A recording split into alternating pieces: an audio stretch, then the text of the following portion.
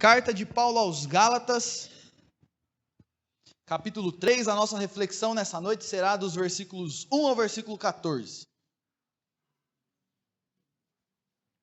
Carta de Paulo aos Gálatas, capítulo 3, versos 1 a 14. Se você não estiver com a sua Bíblia, eu vou projetar o texto para você conseguir acompanhar juntamente conosco. Nós temos trabalhado nos últimos domingos a carta de Paulo aos Gálatas. Essa foi uma carta, provavelmente a primeira carta bíblica escrita do Novo Testamento, e é uma carta onde Paulo está defendendo o Evangelho do Senhor Jesus. O nosso tema é Gálatas, Deus cria, Satanás falsifica.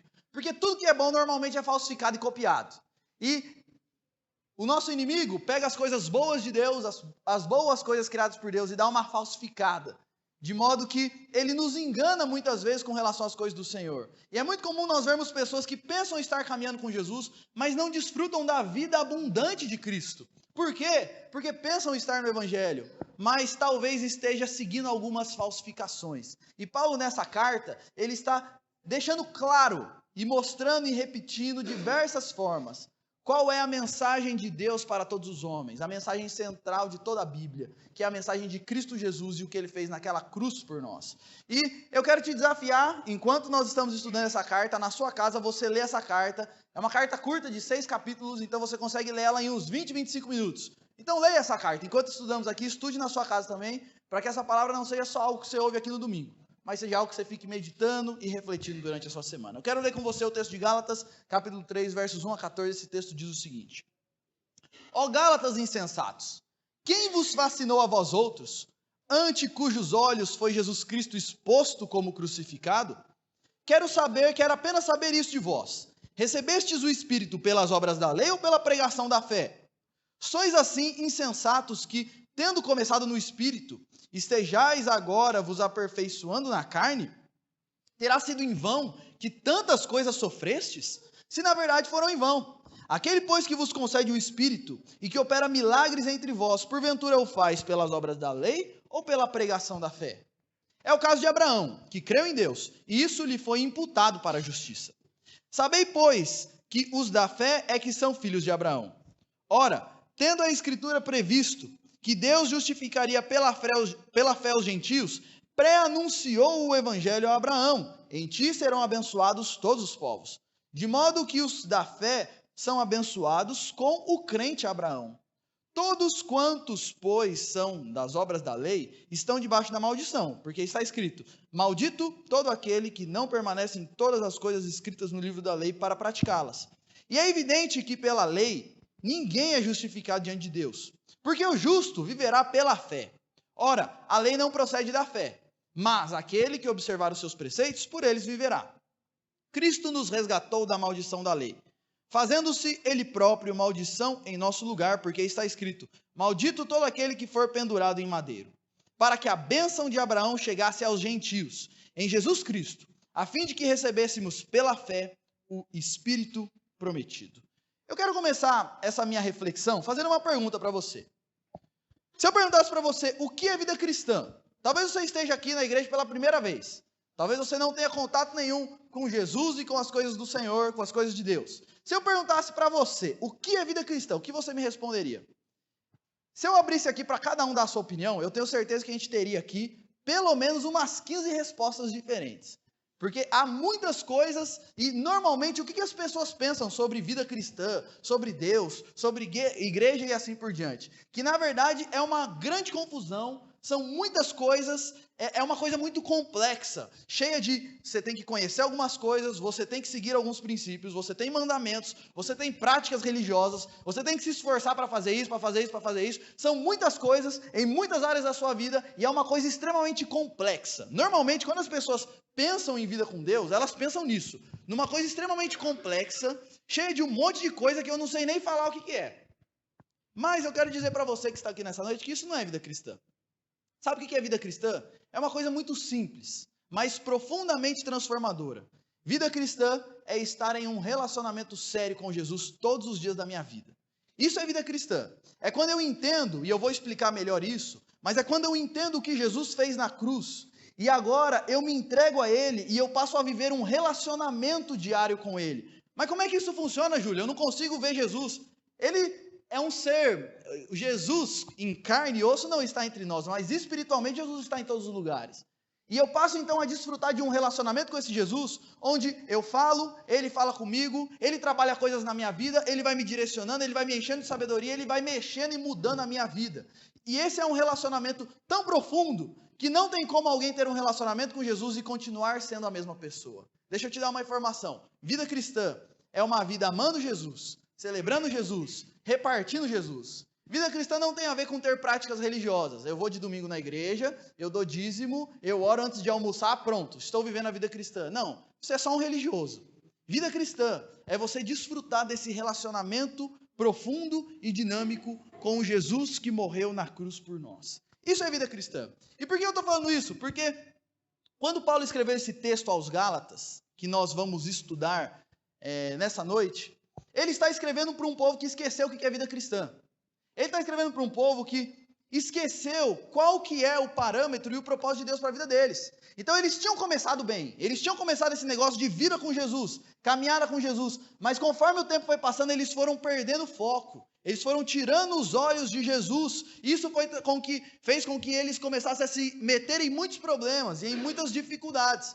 Então Paulo, ele vai escrever nesse texto, e ele vai escrever essa parte de Gálatas, chamando e desafiando as pessoas a não tirar o foco de Jesus, crendo numa coisa: quem tem Jesus tem tudo.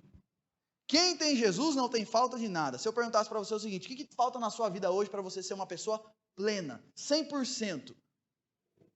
Eu quero te dizer uma coisa: se você tem Jesus, você não falta nada para você.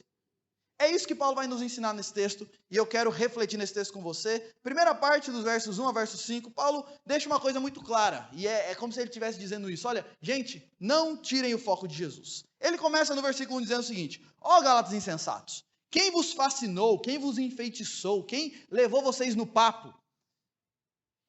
Porque é o seguinte, vocês viram, e foi exposto para vocês, Jesus como crucificado. E aqui Paulo está falando do evangelho dele, está falando o seguinte: olha, vocês ouviram a mensagem, e eu apresentei isso para vocês, e vocês creram nisso como se vocês tivessem visto o próprio Cristo sendo crucificado, naquela cruz por amor de vocês. Quem que enfeitiçou vocês para vocês tirarem os olhos disso e começarem a olhar para outras coisas? E essa introdução de Paulo a gente percebe dois pontinhos bem rapidinhos e duas questões interessantes. Quando a gente fala de evangelho, gente, nós não estamos falando sobre mandamentos. Quando as pessoas falam assim, o evangelho de Jesus não está falando sobre coisas que você tem que fazer. O evangelho é sobre o que Jesus fez naquela cruz. Eu ouço algumas vezes algumas pessoas dizendo o seguinte: pastor, eu estou pregando o evangelho para tal pessoa lá. Ah, é? O que está acontecendo? Não, ela está querendo largar do marido, aí eu estou falando para ela: não larga, Deus não quer que você larga do marido. Ok, mas você não está pregando o evangelho. O evangelho é Jesus Cristo, morto naquela cruz pelos nossos pecados para transformar as nossas vidas. Não largar do marido é consequência do evangelho, mas não é o evangelho. O evangelho é Jesus Cristo crucificado. E é uma coisa que eu acho muito interessante, é o seguinte: ele fala para os Gálatas que Jesus foi exposto para eles como crucificado. Só que deixa eu te dizer uma coisa, isso daqui foi escrito de 20 a 30 anos depois de Jesus ser crucificado. Eles não viram Jesus sendo crucificado. Mas, e aqui é o ponto, a fé, gente, crer em Cristo de fato, é mais do que entender umas ideias. Crer em Cristo de fato faz com que o sacrifício de Jesus deixe de ser apenas um evento histórico, uma coisa que aconteceu há 2000 anos atrás. Eu começo a olhar para Jesus como se ele tivesse sido crucificado na minha frente. Eu começo a olhar e pensar no que Jesus fez na cruz, pensando, aquilo foi por mim. Isso é fé em Cristo. É mais do que crer no evento histórico, que ele morreu há 2000 anos atrás. É crer de modo que isso se torne uma realidade na minha vida e me molda. Eu acho muito bonito Paulo falar: eu preguei para vocês e vocês viram Cristo crucificado na frente de vocês. Porque a fé faz isso conosco.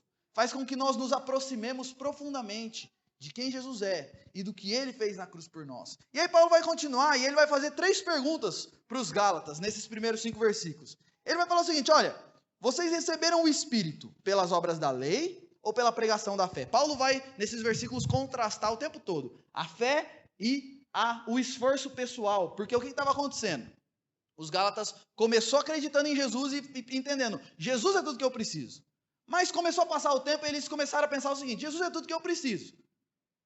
Mas na verdade eu preciso de algumas outras coisas também. Então tem Jesus, ele é importante, ele é essencial e sem ele eu não vou para lugar nenhum. Mas junto com isso eu preciso de algumas outras coisas também. E aí Paulo está perguntando para eles, olha, por que vocês acham que vocês precisam de mais alguma coisa?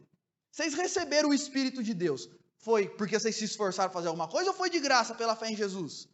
Ele falou, ó, vocês começaram, versículo 3, vocês começaram no Espírito. Vocês começaram bem e agora vocês estão buscando se aperfeiçoar na carne? Se aperfeiçoar no esforço próprio? Vocês começaram crendo só em Jesus, mas agora vocês estão confiando no que vocês fazem? Ele vai falar no versículo 5 também, aquele que vos concede o Espírito, que opera milagres entre vós, toda a ação poderosa de Deus no meio de vocês, ele fez pelas obras da lei, porque vocês estavam se esforçando, ou quando vocês creram em Jesus, pela graça, Deus derramou tudo isso na vida de vocês? A ideia, gente, qual que era o problema dos Gálatas? E presta atenção nisso, porque esse é o nosso problema muitas vezes. Eles começaram a vida deles, e eles se encontraram com Jesus, e eles entenderam, Jesus, a salvação, a caminhada é pela graça, e quando eu creio eu recebo isso. E eles estavam olhando para Jesus. Mas chegou um determinado ponto da caminhada que eles começaram a pensar o seguinte, mas para eu me tornar pleno, para eu me tornar completo, Jesus é importante, mas ainda eu não me sinto completo. Eu não me sinto ainda assim, como se nada estivesse faltando. Tanto que o Paulo vai falar, vocês agora estão querendo se aperfeiçoar, terminar, estar completo na carne. E aqui esse é o ponto, que eles começaram entendendo que era de Jesus que eles precisavam, mas conforme o tempo foi passando, eles começaram a pensar que eles precisavam de algumas outras coisas, que eles estavam buscando no esforço moral deles, no esforço relacional, vocacional. Aqui a ideia é mais ou menos a seguinte, nós fazemos isso o tempo todo. Fazer uma pergunta para vocês, quem aqui se acha uma pessoa assim, olha, eu sou a pessoa mais feliz do mundo, não me falta nada, 100% feliz. Se eu fizesse essa pergunta e pedisse para levantar a mão, vamos ser bem sinceros, um ou outro no máximo que levantaria. Mas na grande maioria das vezes, nós não nos sentimos plenos. E o que nós pensamos? Olha, não é que está ruim minha vida, mas eu preciso de um marido melhor, eu preciso de uma esposa melhor, eu preciso de um carro melhor, eu preciso de uma casa melhor, eu preciso de um emprego melhor, eu preciso de uma vida melhor. Não é que está ruim, mas dá para melhorar um pouquinho. E se eu tiver tal coisa, tal coisa, tal coisa, tal coisa, aí pronto, aí eu vou estar aperfeiçoado. Aí sim eu vou estar completo. O que Paulo está dizendo aqui, gente? Tudo isso é loucura. Tudo que nós precisamos, nós recebemos de uma vez de Jesus pela fé e de graça. É o que Paulo está dizendo. Vocês receberam tudo, quando vocês acreditaram em Jesus, vocês receberam tudo que vocês precisam, e de graça. O problema é que vocês tiraram o foco de Jesus e passaram a buscar a plenitude em si mesmos. Vocês estão se perdendo. E, gente, preste atenção em mim. Isso daqui é uma coisa muito importante. Quando nós tiramos os olhos de Jesus, se você crê em Cristo, você já tem em você tudo que você precisa para viver uma vida plena. Mas quando você tira os olhos de Jesus, você começa a se sentir vazio. Você começa a viver uma vida escassa. Por quê? Não porque você não tem o que você precisa, mas porque os seus olhos estão no lugar errado. Quando nós tiramos os olhos de Jesus e começamos a pensar nos meus sonhos, eu começo a colocar os meus olhos nos meus sonhos, nos meus problemas, naquilo que eu queria, na minha família, no meu propósito para mim mesmo, no que eu acho que é alegria, sabe o que acontece? A gente começa a se perder na vida. É isso que estava acontecendo com os Gálatas. Os nossos problemas começam quando nós tiramos o foco de Jesus. Tirou o foco de Jesus, a gente começa a ter problema na nossa vida. Porque nós começamos a buscar em outras coisas aquilo que só Jesus tem para dar. Sabe por que muitas vezes nós não vencemos nossas batalhas e os nossos pecados? Porque nós tiramos os olhos de Jesus. Vou dar um exemplo para a coisa ficar mais clara. A gente estava conversando disso na sexta-feira no pequeno grupo. Quando os meus olhos estão em Jesus, e aí dentro da minha casa começa uma briga entre eu e minha esposa, como que isso muda a maneira como eu ajo naquela situação? Se os meus olhos estão em Jesus, eu vou ser mais perdoador, eu vou tomar cuidado com as palavras que eu vou usar, eu vou ser amoroso na maneira como eu vou falar, porque os meus olhos estão em Jesus e é assim que Jesus age comigo. Sabe quando que o problema acontece? Quando eu tiro os olhos de Jesus. E aí eu começo a pensar, como ela tem coragem de falar assim comigo?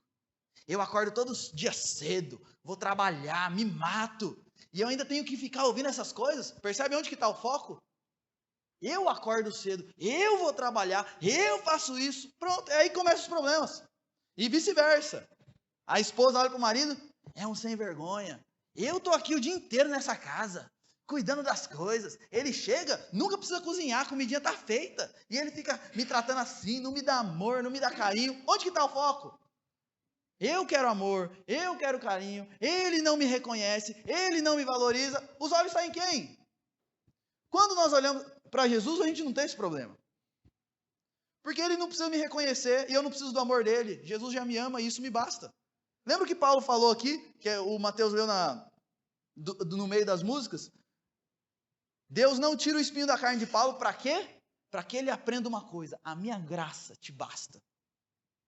Quando os nossos olhos estão em Jesus, gente, a gente tem sabedoria para lidar. Não é que a gente não tem problema, mas a gente tem sabedoria para lidar com os nossos problemas, para vencer os nossos pecados, para sermos pessoas diferentes. Agora, quando a gente tira os olhos de Jesus, os nossos problemas começam. Os problemas de relacionamento começam. Porque, vamos ser sinceros, se o marido, a esposa e os filhos estiverem com os olhos em Jesus, não tem problema em casa. Tudo funciona muito bem, porque todo mundo vai estar pensando: como que eu posso amar? Como que eu posso servir? Eu tenho que perdoar, Jesus me perdoa. O problema dos Gálatas, eles começaram assim, mas eles, no meio da caminhada, tiraram os olhos de Jesus. Gente, todo o crescimento espiritual acontece não quando a gente se esforça, mas quando eu mantenho os meus olhos em Jesus. Quando eu mantenho o foco da minha vida, o centro da minha vida em Jesus. Quando eu faço isso, é uma questão natural da minha vida começar a ser trabalhada, transformada, e eu amadureço e cresço como pessoa.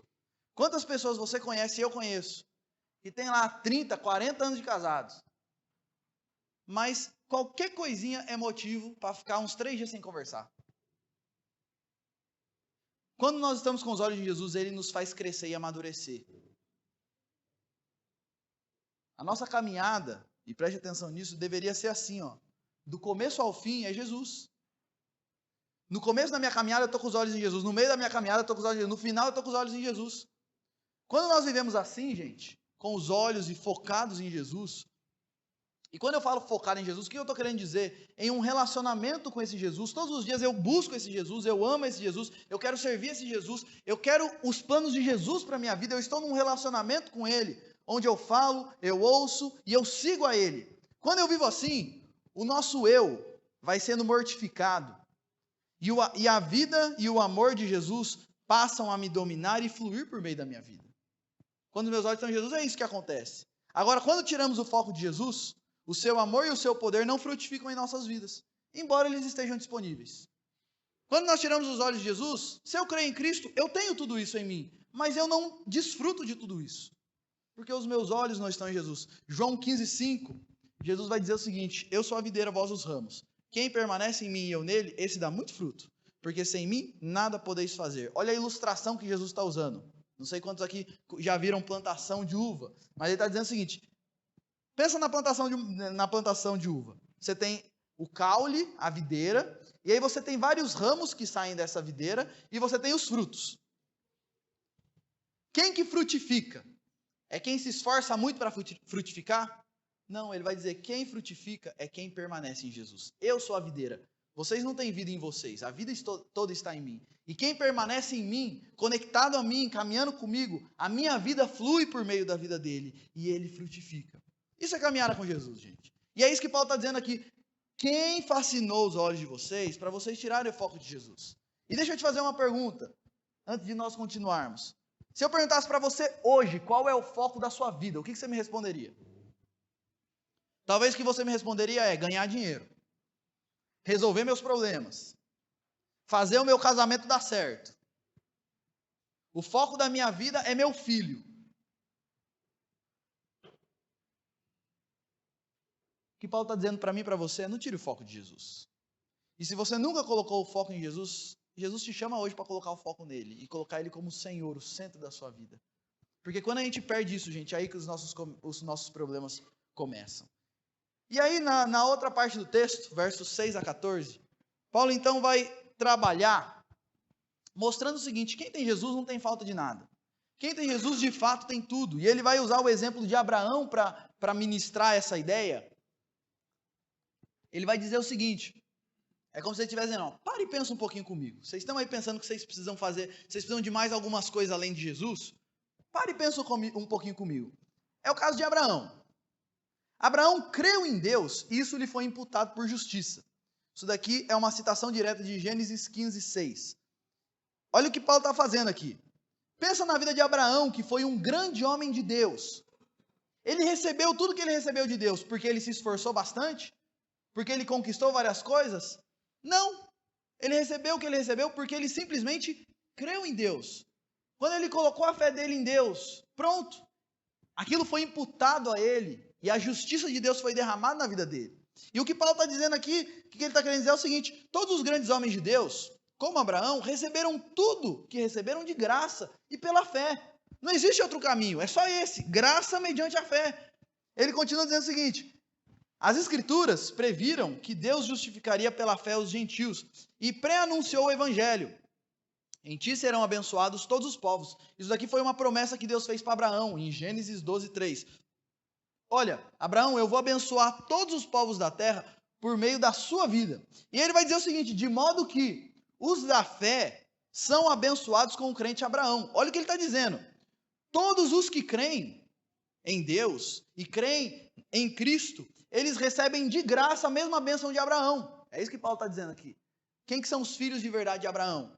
São os judeus circuncidados? Não. São aqueles que creem em Jesus e se rendem a Jesus. Esses recebem a mesma bênção que Abraão recebeu. E que bênção é essa? Paulo vai continuar discorrendo. Então, olha a ideia de Paulo, o que ele está falando. Abraão creu em Deus, isso foi imputado como justiça. Todos os que creem em Jesus são abençoados junto com Abraão. E qual que é essa bênção de Abraão que Deus derrama sobre a vida daqueles que creem assim como Abraão? É uma bênção tríplice. Primeiro, a justificação pela fé. Olha lá, Deus justificaria os gentios pela fé. O que é justificação, gente? Qual que é a ideia de justificação? Para ficar claro para você. Todos nós um dia vamos morrer e estaremos diante do tribunal de Deus, certo ou errado? Todos nós prestaremos conta de como vivemos a nossa vida. E naquele dia só tem duas opções. Deus vai abrir lá o livro da sua vida, puxar lá a capivara e vai falar, só tem duas opções. Desobedeceu às leis e vai ser condenado, ou cumpriu as leis e por isso vai ser abençoado por isso. Só tem essas duas opções. Ou você é condenado, ou você é justificado. Ser justificado é você ser declarado justo, inocente diante do tribunal de Deus. Fazer uma pergunta para você. Alguém aqui consegue ser inocentado no tribunal de Deus se Deus comparar a sua vida com as leis de Deus? Alguém aqui? Acho que não, né? Se a gente for sincero com a gente mesmo, você pode até ser melhor que um ou melhor que outro. Mas todos nós somos pecadores. Ah, Júlio, mas eu não sou tão ruim assim. Vou fazer um desafio para você. Pergunta para sua esposa ou para o seu marido. Você acha que eu tenho problema? Que eu tenho uns pecados de vez em quando? Aí se prepare. Aí você vai ver o pecado que ela vai falar e você vai ficar com raiva dela. Todos nós somos assim. E olha o que Paulo está dizendo. Nós somos justificados, declarados justos diante de Deus como? Não é pelo que a gente faz, é pela fé. Quando você crê em Deus, a justiça de Deus é imputada sobre você. Quando você crê em Jesus e se rende a Ele, a justiça é imputada sobre você. E quando você chegar no tribunal de Deus, Deus vai olhar e vai dizer o seguinte: é um pecador, mas foi justificado por Jesus. Não deve mais nada. Entra no céu, na alegria do Senhor. Gente, ser justificado é você estar debaixo do favor de Deus. É você receber perdão, receber os céus, receber a esperança de que ainda que eu morra, eu estarei com o Senhor. E isso produz nas nossas vidas alegria, paz. Porque pode acontecer o que for, eu vou estar com o Senhor. Isso nos traz segurança. E como que nós recebemos essa bênção? Se eu me esforçar muito? Não. Quando eu creio em Cristo, eu sou abençoado, assim como Abraão foi abençoado. Ele continua. Quais outras bênçãos Deus derrama nas nossas vidas quando nós cremos? Ele vai dizer... E aí esse é um texto, a argumentação dele é mais ou menos o seguinte, Paulo está dizendo o seguinte, olha, se você observar todos os mandamentos, você vai viver, você vai receber vida eterna se você obedecer todos os mandamentos, mas maldito todo aquele que não obedece tudo, que não permanece em todas as coisas escritas no livro da lei. Olha o que ele fala, se você obedecer tudo, beleza, você tem vida eterna, se você não obedecer, maldito todo aquele que não obedece tudo. E aí ele vai dizer, aí ele vai deixar mais claro, e é evidente que ninguém é justificado diante de Deus pela lei. Se você depender de ter vida eterna, obedecendo tudo, não sobra um. Mas ele continua. Mas o justo, ele recebe vida eterna, ele vive. E ele vive como? Pela fé. Quando ele crê, ele recebe também vida eterna. E sabe o que é vida eterna na Bíblia, gente? Não é só uma vida que não acaba. Vida eterna tem a ver com uma vida abundante, uma vida não eterna não só no sentido de quantidade, mas no sentido de qualidade. Vida eterna é o contrário de uma vida escassa. Vou fazer uma pergunta para você: quantas pessoas você conhece que vivem uma vida escassa? Uma vida vazia? Jesus está dizendo o seguinte, e Paulo está dizendo: aquele que crê pela fé, ele recebe vida. Vida tem a ver com abundância interior, comunhão íntima com o Deus da vida. Jesus vai dizer em João 17,3 que a vida eterna é conhecer a Deus e conhecer a Jesus, que é o enviado de Deus. Quando nós cremos em Jesus, lembra de João 10,10? O ladrão vem para roubar, matar e destruir, mas Jesus veio para nos dar vida e vida em abundância. Quando cremos, recebemos salvação e vida eterna. Isso tem a ver não só com o futuro, mas com o aqui e agora, uma vida de abundância. E ele ainda vai dizer o seguinte, no finalzinho lá: para que a bênção de Abraão chegasse aos gentios em Jesus Cristo, a fim de que recebesses pela fé o Espírito prometido. Essa é uma terceira bênção. Vocês recebem o Espírito Santo. Existem algumas pessoas que pensam o seguinte, que é assim: você crê em Jesus e tá bom, você é salvo. Mas para receber o Espírito você precisa orar, jejuar, subir no monte e fazer isso, fazer campanha, fazer não sei o que. E se você se esforçar bastante e se consagrar bastante, então Deus derrama sobre você o Espírito Santo. Olha o que Paulo está dizendo aqui. Quando vocês creem, vocês recebem a bênção de Abraão e vocês recebem o Espírito Santo. O Espírito prometido por Deus. E esse Espírito, gente, sabe o que ele faz em nós? Ele nos dá poder para mudar, para sermos pessoas novas e pessoas diferentes. Quantas pessoas você conhece que querem mudar? Elas sabem que elas precisam mudar. Elas tentam mudar, mas elas não conseguem mudar.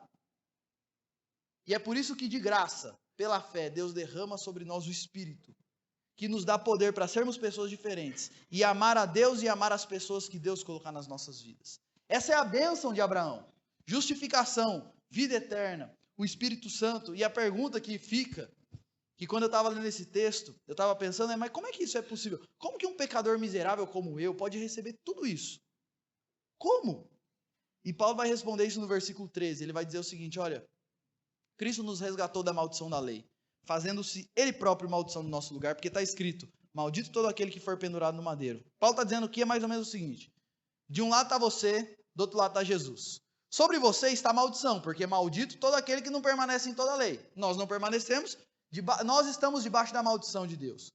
Mas Jesus graciosamente vem e derrama sobre as nossas vidas, quando cremos, vida eterna, justificação, vida eterna e o Espírito Santo. E ele toma sobre si a nossa maldição. Olha o que o texto fala: Cristo nos resgatou da maldição da lei, como? Fazendo-se ele mesmo maldição no nosso lugar. E talvez esse seja um dos versículos mais tensos do Novo Testamento. Olha o que o texto está dizendo: Jesus, eu era maldito de Deus, mas Jesus graciosamente vem e se torna um amaldiçoado no meu lugar. Toma sobre si a minha maldição e, por estar agora debaixo de maldição, ele é crucificado naquela cruz. Porque maldito todo aquele que for pendurado no madeiro. E existia aqui, tem uma questão cultural aqui, da cultura judaica, mas no Antigo Testamento, todas as vezes que alguém era executado por causa de algum crime que cometeu, e havia pena de morte naquela época, era comum as pessoas pendurarem o corpo daquele que foi executado numa árvore, num madeiro, numa estaca, para que todos que passassem ali vissem como é maldito aquele que peca contra o Senhor. Como é maldito aquele que caminha longe do Senhor. E estar pendurado no madeiro era o símbolo da maldição de Deus. E olha o que o texto vai dizer: Cristo se fez maldição no nosso lugar, e ele se pendurou naquele madeiro, para que a maldição de Deus não caísse sobre mim. Sabe por que os judeus tinham tanta dificuldade de crer em Jesus? Porque eles olhavam e falavam: mas o homem foi pendurado no madeiro, ele está debaixo de maldição de Deus, como você pode falar que ele é o Messias? Se ele fosse o Messias, Deus não deixava acontecer isso com ele. Até que eles entenderam: mas ele fez isso por amor a nós. Como que para nós sermos abençoados, Deus, gente, para nós sermos abençoados por Deus, gente, o próprio Cristo se fez maldito e maldição no nosso lugar. E sabe qual que é a pergunta de Paulo? E é a pergunta que eu faço para você hoje? O que mais você quer? Deus de graça, quando cremos em Jesus, derrama sobre nós justificação, vida eterna, o Espírito dele. O que mais vocês querem? O que falta para vocês? O que vocês precisam que vocês já não receberam de graça pela fé em Jesus? É isso que Paulo está perguntando aqui para eles. Gente, vocês são loucos de começar a olhar para outra coisa que não seja Jesus? O que mais vocês querem? Vocês receberam tudo. A salvação é um pacote completo. Que quando você recebe tudo que você precisa. Por que vocês estão pensando em outra coisa? Normalmente as pessoas pensam o seguinte, que a vida funciona da seguinte forma. Você crê em Jesus e é salvo, mas o resto da vida, para você ter abundância, para você mudar, para você ter plenitude, aí você precisa se esforçar. Para ter carro, casa, casamento bom, família, trabalho, uma vida impoluta. Aí você, é assim, começa com Jesus, mas o resto aí está com você. Aí pega a enxada e vai trabalhar, se vira. O que Paulo está dizendo aqui é o seguinte, não. Salvação, abundância, mudança, plenitude, justificação, vida eterna, Espírito Santo, tudo nós recebemos de graça pela fé em Cristo Jesus. Sabe uma pergunta que eu me faço? Eu não sei se você já se fez essa pergunta. A gente pensa às vezes em homens como Abraão e como vários outros homens que Deus fez milagres, que Deus fez coisas poderosas, Deus fez coisas incríveis. E a gente se pergunta, você já se perguntou isso? O que os grandes homens de Deus que viveram vidas incríveis têm que os outros discípulos de Jesus não têm? O que os grandes homens de Deus têm que eu não tenha? Sabe qual é a resposta? Nada. Tudo que Deus derramou sobre a vida deles, quando creram em Cristo, Ele derrama sobre as nossas vidas também. A diferença, sabe qual é? É que eles desfrutaram de tudo o que eles já têm em Jesus, porque se mantêm focados em Jesus, crendo em Jesus e crendo que Jesus é tudo que eles precisam. A diferença dos grandes homens de Deus é uma só. Eles têm tudo que a gente tem também, só que eles se mantêm focados em Jesus. Então eles desfrutam de tudo que eles já têm em Cristo. Isso nos leva a viver vidas focadas e todas as nossas decisões tomadas de acordo com a vontade de Jesus. Quero contar uma história para ilustrar e já estou terminando. Conta que um rapaz, ele, na época onde ainda não tinha avião, o sonho dele era visitar a Europa. Então ele guardou dinheiro, trabalhou, guardou dinheiro e comprou uma passagem de navio para ir para a Europa. E a viagem ia durar 5 dias. Só que o dinheiro estava contadinho, ele era pobre, então o dinheiro estava contadinho para ele ir para a Europa. E ele começou a fazer os cálculos e falou, eu não vou ter dinheiro para comer no barco, no navio. Comida no barco é cara, eu não vou ter dinheiro para comer. Então ele foi no mercadinho, comprou 5 quilos de biscoito de polvilho e falou, olha, eu vou ficar... Biscoito de polvilho não, porque 5 quilos é muito, né? Então, bolacha maisena, comprou 5 quilos de bolacha maisena. E o pensamento dele foi o seguinte, eu vou ficar esses 5 dias de viagem trancado no meu quarto, no navio, comendo bolacha e bebendo água. E eu vou, nesses 5 dias eu não vou nem sair da cama para eu não gastar energia, que vai ser um tempo onde eu não vou viver, eu vou sobreviver. O meu objetivo é chegar vivo lá na Europa. E aí pronto, entrou com os 5 quilos de maisena dele lá, entrou no quarto dele, trancou a porta e todo dia, de manhã, passava um rapaz batendo lá, café da manhã, na hora do almoço, jantar, e ele ouvia o rapaz chamando e ficava quietinho, porque eu vou ficar aqui quieto, comendo minha bolacha maisena, e ele fingia que não tinha ninguém e ficava trancado lá no quarto. Depois de uns 4 dias, o pessoal começou a ficar preocupado com ele, o homem está trancado aí no quarto, faz 4 dias, não come, deve ter morrido aí dentro. Arrombaram a porta, chegaram lá, o homem estava lá deitado, fraco. Pai, o que aconteceu? Por que você está aí? Ah, é que eu não tinha dinheiro para comer aqui, então estou à base de bolacha maisena e água nesses dias.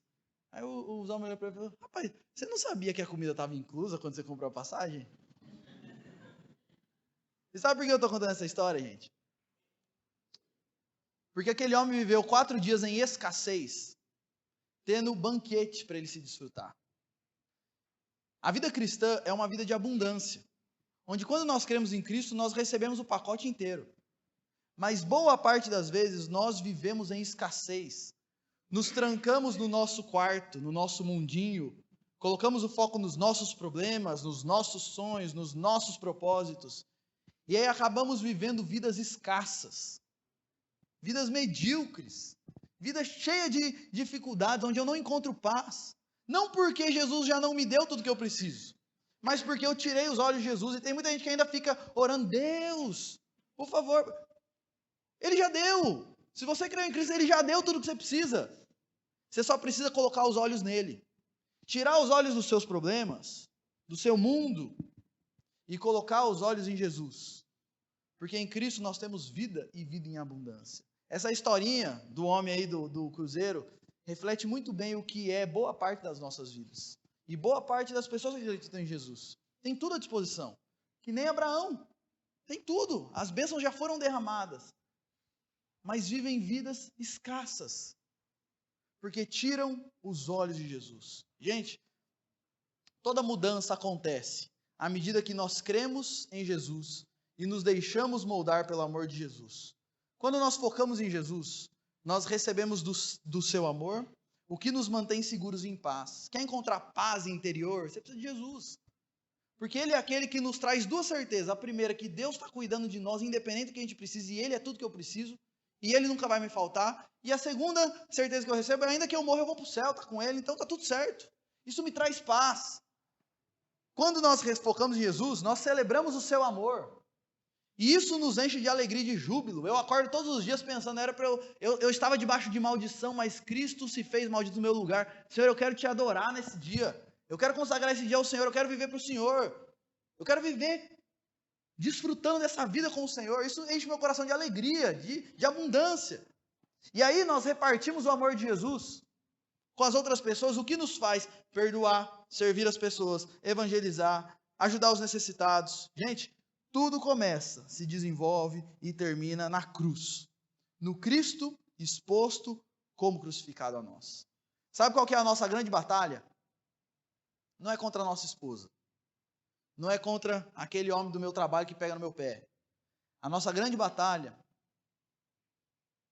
deve ser contra tudo o que tira o nosso foco de Jesus. E nos faz deixar de crer que Ele é suficiente. Vou fazer uma pergunta para você. Quais são as coisas que hoje têm tirado o seu foco de Jesus? A nossa batalha é para nos mantermos focados em Jesus. E eu quero terminar dizendo o seguinte. Paulo nos apresenta nesse texto e nos mostra o seguinte. Tem duas opções de vida. Ou eu vivo uma vida com foco em Jesus, ou seja, crendo em Jesus e crendo que Ele é tudo que eu preciso, que a graça dEle me basta. E assim eu desfruto de uma vida de justificação, vida eterna e o Espírito Santo. Ou eu vivo uma vida focada em mim mesmo, nos meus sonhos, no meu esforço e etc. E isso vai gerar o que? Uma vida escassa. Era o que estava acontecendo com os Gálatas. Eles tiraram o foco de Jesus e começaram a olhar para si mesmos. E uma pergunta final que eu quero fazer para você, não sei se já parou para pensar nisso, mas se tudo isso é de graça, por que as pessoas ainda resistem? Já parou para pensar nisso? Tudo que eu estou falando aqui é tudo que todo mundo busca, tudo que todo mundo quer. E tudo isso a gente recebe de graça quando nós nos rendemos a Jesus. Mas por que ainda tem gente que não quer isso, que resiste a essa mensagem? E sabe qual é a resposta? Porque a maior barreira a ser quebrada é o nosso ego. Porque para eu viver esse tipo de vida, sabe o que eu tenho que fazer? Reconhecer que eu sou fraco. Reconhecer que eu não consigo por mim mesmo. Reconhecer que eu sou um pecador. Que eu só consigo produzir uma vida escassa. Que eu preciso do Senhor Jesus. Não é só uma questão de, Jesus é legal, pode me dar algumas coisas boas. Não. Eu preciso dele para tudo. A nossa maior luta para nos mantermos focados em Jesus é contra nós mesmos. Por quê? E é o que Jesus falou. Se alguém quiser vir após mim, negue-se a si mesmo. Tome a sua cruz e siga-me. Eu quero desafiar você nessa noite a olhar para Jesus. Talvez isso doa para você. Porque para isso você tem que abrir mão de alguns sonhos que você tem. Você tem que abrir mão do seu próprio eu. Você tem que abrir mão das coisas para quais você está se dedicando. Talvez hoje, para você se focar em Jesus hoje, você tem que parar e interromper alguns sonhos que você tem desenvolvido. Mas eu quero dizer uma coisa para você. Ninguém perde nada por se focar em Jesus. E a verdade é que quando nós fazemos isso, nós recebemos e desfrutamos da vida que nós sempre sonhamos. Porque Jesus, quem tem Jesus, não tem falta de nada. Quero encerrar essa reflexão contando uma história de uma pessoa que eu conheci. Um amigo meu, que cresceu comigo, tenho muito contato com ele. O pai dele foi diagnosticado com um tumor no cérebro há mais ou menos uns 4, 5 anos atrás. Ele começou a perder a força quando ele ia segurar algumas coisas, ele tropeçava sozinho, foi no médico fazer uns exames, descobriu um tumor no cérebro, logo que descobriu, o médico mandou ele para a cirurgia para tentar tirar o tumor. Não conseguiram tirar o tumor e quando ele voltou da cirurgia, mexeram no lugar errado, ele perdeu o movimento das pernas. Então, além de agora estar com tumor, ele ficou de cadeira de rodas. Foi uma batalha de uns 2 anos e meio, onde ele foi literalmente assim, perdendo todas as suas funções, degenerando, e aí foi perdendo os movimentos, começou a falar enrolado, perdeu a fala, ficou em estado vegetativo até que finalmente ele morreu. Um pouco antes dele morrer, uns 4, 5 meses, eu fui fazer uma visita para ele. Conversei com ele, como o filho dele é muito amigo meu, a gente cresceu junto, eu ia muito na casa dele, conhecia assim, tinha bastante contato, perguntei para ele, tio, e aí, como é que o senhor tá?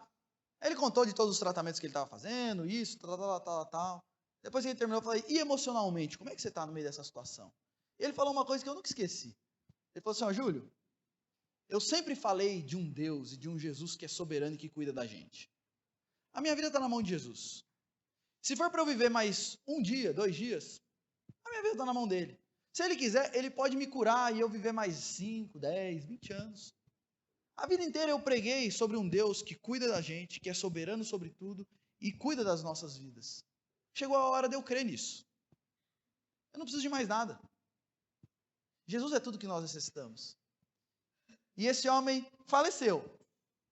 Mas faleceu em paz. Sabe por quê? Porque ele entendeu de uma coisa. O que eu preciso não é de uma saúde boa. O que eu preciso é de Jesus. E quem tem Jesus não tem falta de nada. Sabe aquilo que você tem a sensação de que está faltando? Não falta. É só você olhar para Jesus, que você vai começar a desfrutar de uma vida abundante com o Senhor. Meu desafio para todos nós nessa noite é que saiamos daqui focados em Cristo, com os olhos fitos no autor e consumador da nossa fé. Vamos orar mais uma vez? Senhor, obrigado por esse tempo que nós podemos ter aqui, refletindo na tua santa palavra, que fala profundamente aos nossos corações. E Deus, quando nós ouvimos uma palavra como essa, nós somos profundamente desafiados, porque a verdade é que nós tiramos os olhos de Jesus boa parte das vezes das nossas vidas. Nos perdoe, Deus, porque muitas vezes nós não cremos de fato que Cristo é suficiente. Embora nós tenhamos tudo em Jesus, nós continuamos reclamando, murmurando e deixamos de nos alegrar com aquilo que nós queríamos ter e não temos. E isso acontece porque nós tiramos os olhos de Jesus, e a nossa oração nessa noite é: nos ajude a matar o nosso eu, a tirar os olhos daquilo que a gente queria, a tirar os olhos das nossas expectativas e colocar os olhos em Cristo Jesus, aquele que foi morto, exposto como crucificado, mas ao terceiro dia ressurgiu e está vivo. Nos ajude a colocar o nosso foco em Jesus, e não só aqui, enquanto nós estamos no domingo na igreja, mas colocar o foco em Jesus 24 horas por dia, 7 dias por semana, que vivamos vidas focadas em Jesus, olhando para Jesus, caminhando com Jesus, amando a Jesus, servindo a Jesus, porque de fato, Deus, Ele é tudo o que nós necessitamos. Nos ajude a crer nisso e nos ajude a viver a partir disso. Essa é a nossa oração, no nome de Jesus. Amém.